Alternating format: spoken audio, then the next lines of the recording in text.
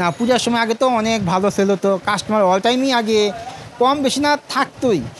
এই পর্যন্ত এখনও কোনো বনি হয়নি। হ্যাঁ, বসেই আছি, তো এই রকম প্রবলেম। হ্যাঁ, আমাদের দোকানের বয়স 45।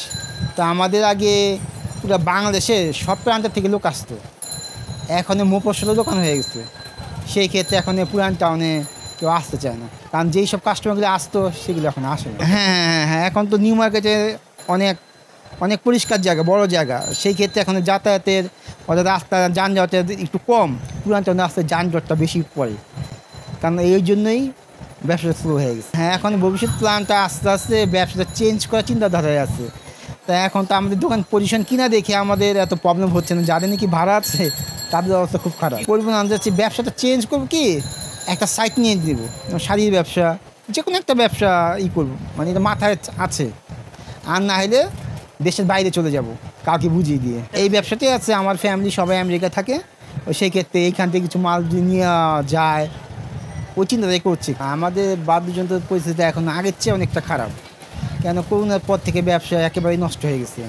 এখন আয় উন্নতি অনেকটাই সীমিত আকারে হয়ে গেছে, কেন এখন যে মানুষের যে এখানে সবাই ভাড়া দিয়ে থাকে, বাড়ি এলাকা খুব কম, সেই ক্ষেত্রে আমাদের ব্যবসা একেবারে নাই বললেই চলে। এখন আগে মোটামুটি ভালোই ছিল, প্রতি মাসে 2-4-10টা হামুল বিক্রি হতো, এখন মাসে একটা হামুল বিক্রি করতে কষ্ট হয়ে যায়। আগে দিনে 2-1টা করে বিক্রি হতো, এখন জিনিসের দামও বেড়ে গেছে, সব কিছুর দাম এখন অনেক দাম বেড়ে যাওয়ার কারণেই এখন একটু চাহিদা কমে গেছে।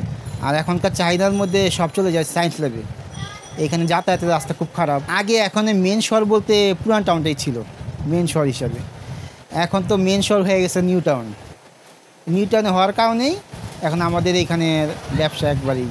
আগে আমাদের জিনিসপত্রের দাম কম ছিল, কাঠের দাম, সব কিছুর দাম একটু কম ছিল, সেই ক্ষেত্রে আমাদের মানুষের কেনার মতো একটা অ্যাবিলিটি ছিল।